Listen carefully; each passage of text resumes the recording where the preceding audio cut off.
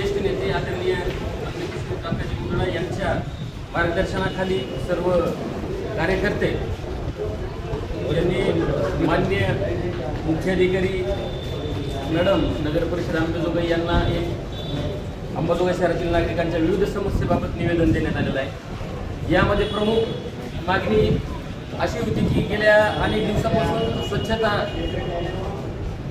कर्मचाऱ्यांच्या वेतनामुळे हा संप चालू होता आणि त्यामुळे शहरामधले स्वच्छतेचं काम बंद होतं। त्या समस्येबाबत आम्ही मुख्याधिकारी मॅडम यांच्याशी चर्चा केली व तात्काळ कर्मचाऱ्यांच्या वेतनाचा प्रश्न मार्गी लावून हे कंत्राट लवकरात लवकर स्वच्छता करण्यात यावी व नागरिकांना जो होणारा त्रास आहे तो यापासून मुक्त करावे यासाठी त्यांनी आश्वासित केले की आजच्या आज हे काम चालू करण्यासंदर्भात सर्व आम्ही उपाययोजना करत आहोत। हा प्रमुख मुद्दा झाल्याच्या नंतर आम्ही सध्या आरोग्यविषयक तक्रारी खूप वाढलेल्या आहेत।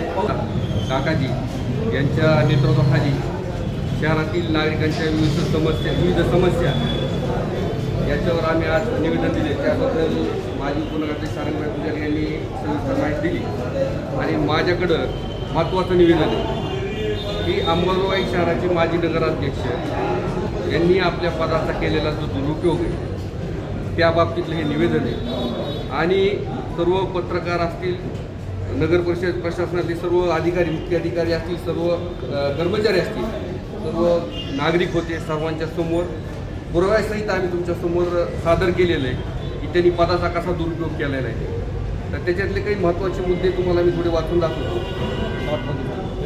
मालमत्ता कर अंबाजोगाई शहरातील सावरकर चौक ते मीनाताई ठाकरे चौकपर्यंत असलेल्या व्यावसायिक इमारतींना लावण्यात आलेल्या करांची विवरणापासून पाहिजे। जे स्वतःच्या इमारती आहेत, जे स्वतःच्या कार्यकर्त्यांच्या इमारती आहेत त्यांना टॅक्स कमी आहे आणि जे बाकीचे ऑदर आहेत नागरिक त्यांना टॅक्स जास्त आहे असं आमचं मागणी आहे। आणि वस्तुस्थिती ते आम्हाला ज्यावेळेस माहिती येईल त्यावेळेस ते तुमच्यासमोर आम्ही नक्कीच सादर करू। त्याच्यानंतर सर्वात महत्त्वाचा मुद्दा अनधिकृत नळ कनेक्शनचा आहे। स्वतःची जी न्यू विजन पब्लिक स्कूल शाळा आहे त्या शाळेमध्ये 2 इंची का 3 इंची सांगितली माहीत नाही, पण पाईपलाईन म्हणजे आपल्याकडे लोन 2017ची आहे, 30,000 रुपये भरलेले डिपॉझिट म्हणून, त्यावेळेसपासून नगर परिषदेला 1 रुपयाही त्यांनी भरलेला नाही आजचा काय। हे रजिस्टर तुमच्या सर्वांच्या समोर त्यांनी आणून दाखवलं।